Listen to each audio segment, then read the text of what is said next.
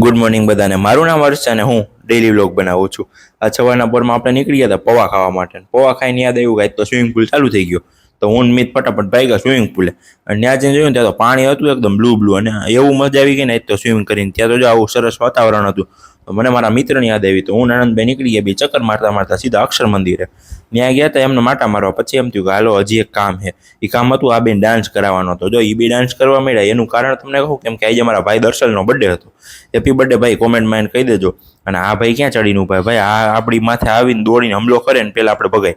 હવે બીજી વાત કે જો આટલા બધા ગાઈડલા, ખુરશીઓ, પછી આ અહીંયા સરસ મજાના કુલર હાલતા હતા, અહીંયા લાકડા મંડપ સર્વિસનો સામાન પડ્યો હતો, આટલા બધા પાણીના કેરબા પડ્યા હતા. તો આ શું હોય છે? અને અહીંયા મંડપી નખાઈ ગયો હતો. અને મેં જોયું ને થોડીક વાર પછી ત્યાં તો ખબર પડી પરમનો હાથ ભાંગી ગયો તોય બેઠો. ને આટલા બધા લોકો અહીંયા આવીને બેસી ગયા છે. અને આટલા નહીં, હજી તો આ બાજુ આટલા લોકો બેઠા હતા. આ બધા લોકો અહીંયા ભેગા થયા છે ને મારા જીજાજી હોય ને, એટલે મતલબ કે કાંઈક તો છે. ત્યાં તો યાદ આવ્યું કે ચેતનભાઈના લગ્ન છે ને પાછળ ખલીભાઈ ઊભા હતા. ચેતનભાઈ બેઠા હતા 2600 રૂપિયાનું મેકઅપ કરાવીને. તો હાલો ફોલો કરી નાખો મને.